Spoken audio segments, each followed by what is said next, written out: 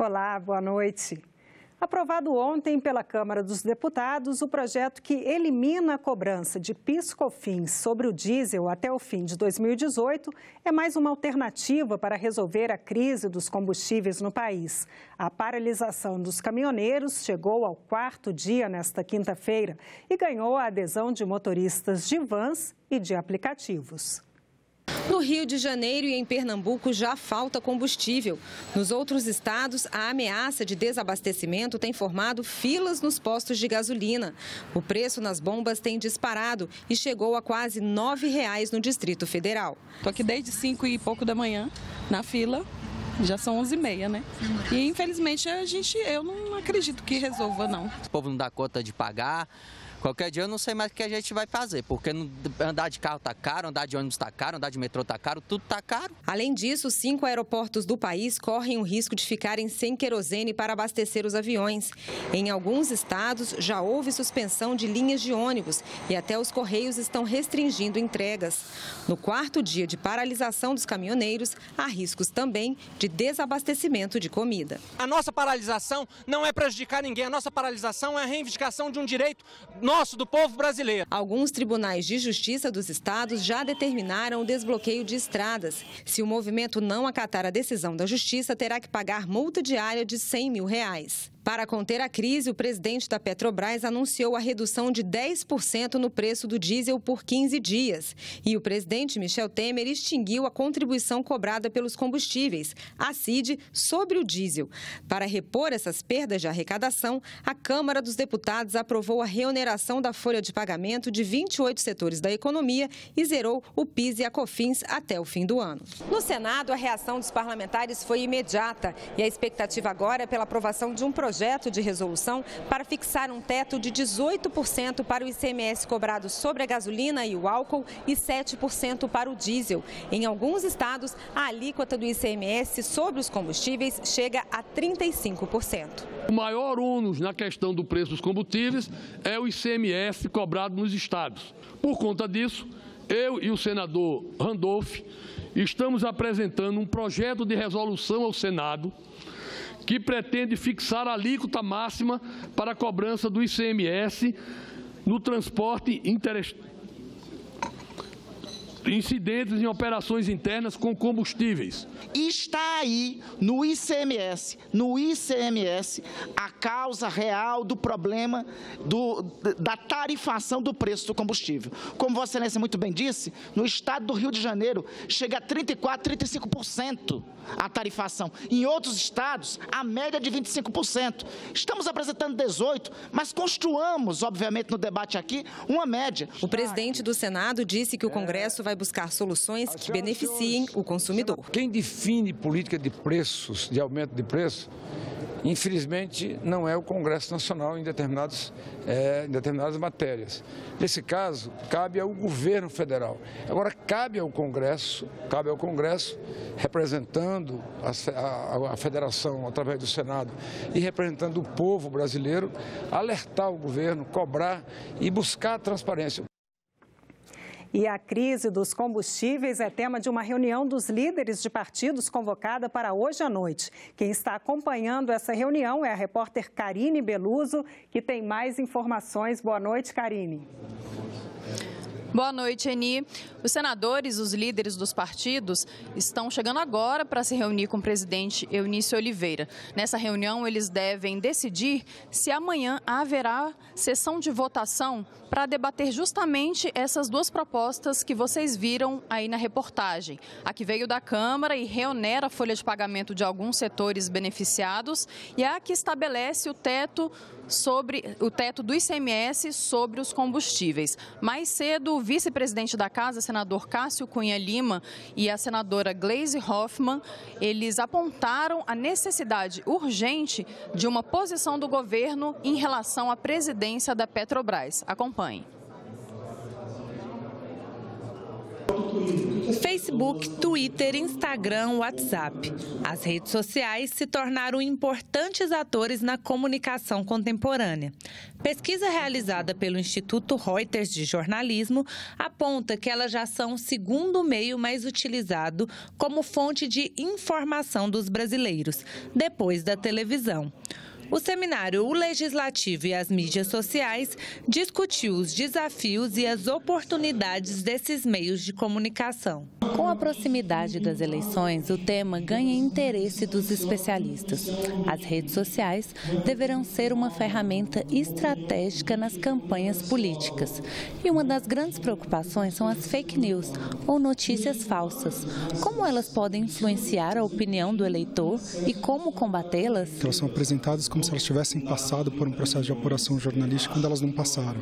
Então, normalmente é diferente de um boato, né? Ela vai ter uma manchete, ela vai ter um lead, ela vai ter aspas, parece uma matéria jornalística, mas é uma falsa matéria jornalística. E por conta disso, as pessoas tendem a aderir a essas informações, isso termina formando o juízo político, que depois, eventualmente, vai influenciar o voto.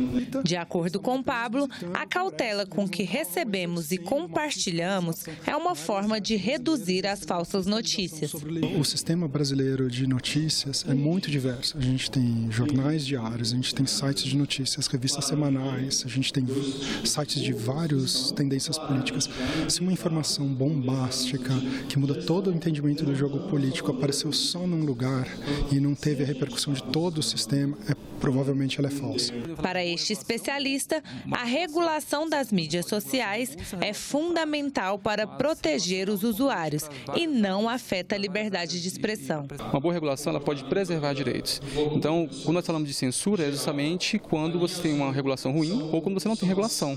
Quando, por exemplo, as próprias empresas vão censurar conteúdo porque elas são livres para fazer esse tipo de coisa. Então, a regulação ela vai dizer quando os limites disso e também quando a parte mais frágil, que é o cidadão, deve ser protegido pelo Estado. Então, a regulação serve justamente para você proteger, você criar parâmetros para evitar concentração e evitar ao mesmo tempo que direitos sejam violados. É preciso que a sociedade, a imprensa contribuam e colaborem no acompanhamento da campanha e do debate político-eleitoral, porque, sem dúvida, a Justiça Eleitoral, a autoridade eleitoral sozinha não tem condições de acompanhar tudo isso. O que ela tem condições é de cobrar transparência, exigir a prestação de contas e cabe à sociedade cobrar e acompanhar de perto para evitar abusos e mau usos desse meio que hoje tem essa importância toda, né?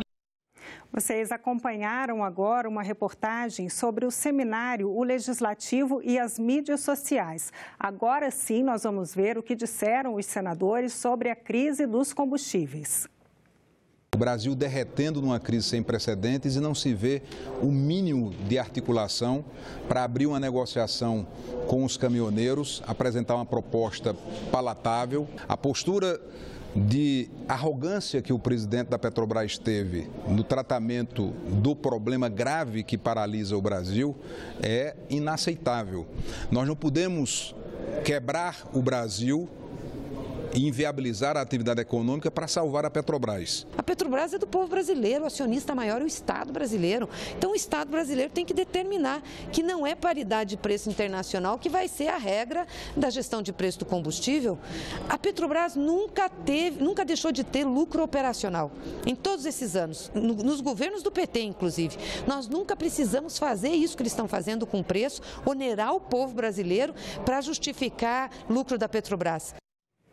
E nesta quinta-feira, a TV Senado ultrapassou os mais de 200 mil inscritos no canal do YouTube. O canal foi criado em 2010. São quase 8 anos oferecendo conteúdo de qualidade pela internet.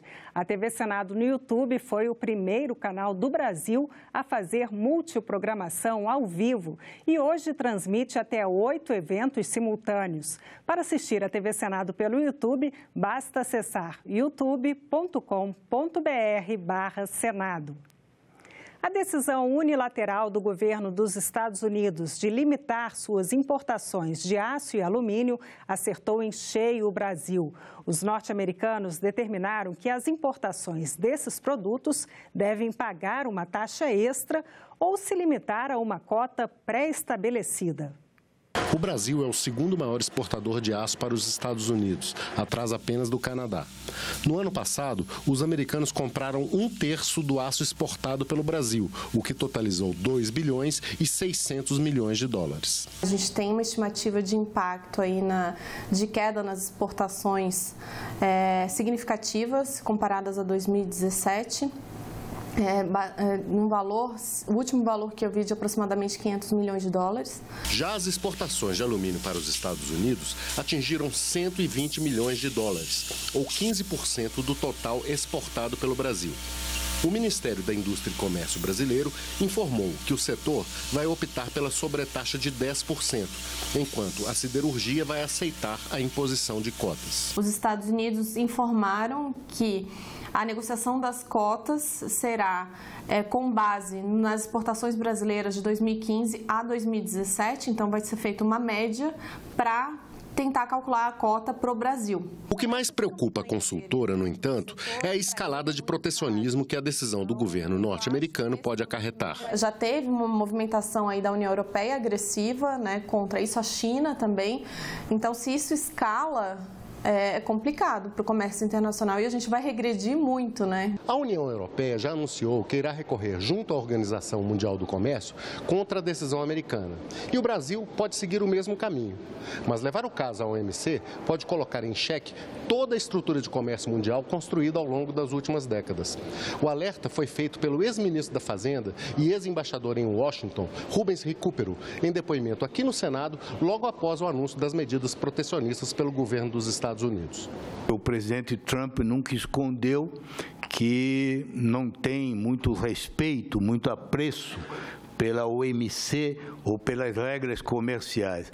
E aí sim é que nós teríamos um desafio aberto, frontal, a uma das grandes organizações que tem presidido o mundo nesse após-guerra. Na audiência pública na Comissão de Relações Exteriores, realizada em março, Recupero lembrou que o Brasil já foi prejudicado outras vezes no comércio de aço com os Estados Unidos. O Brasil, infelizmente, é freguês, como se diz em linguagem futebolística, das punições americanas sobre o aço. Eu, toda vez que servi nos Estados Unidos, eu servi 2 vezes, os americanos estavam nos aplicando sobre tarifas ou por direitos compensatórios ou por antidumping no caso do aço. Nós éramos vítimas, junto com o Japão, com a Coreia do Sul, eram os nossos companheiros de infortúnio. A decisão de impor sobretaxas ou cotas ao aço e ao alumínio repercutiu de forma diferente entre os senadores. Uma decisão unilateral, uma decisão absurda que não dialoga com a evidência necessária da globalização, da integração dos países. A negociação foi razoável porque vamos manter o nível de emprego na indústria siderúrgica, que é uma indústria importante do ponto de vista da geração de emprego e renda. O presidente da Comissão de Relações Exteriores, senador Fernando Collor, também criticou a sobretaxa do aço e a política protecionista de Donald Trump. Veja na coluna Salão Nobre. Para o senador Fernando Collor, Donald Trump está adotando medidas protecionistas para atender às demandas do público interno, daquele cidadão médio norte-americano que sofreu com a crise de 2008 e elegeu Trump em busca de uma solução para o desemprego. Nós temos que lembrar que os Estados Unidos têm eleições parlamentares marcadas para novembro deste ano e o presidente norte-americano está mirando bons resultados eleitorais. Mas, de acordo com o senador Collor, a decisão de sobretaxar importações e a política externa pouco amistosa, unilateral, não beneficiam os Estados Unidos nem resolvem os problemas internos, porque isso seria nadar contra a maré da globalização, um processo irreversível, segundo ele.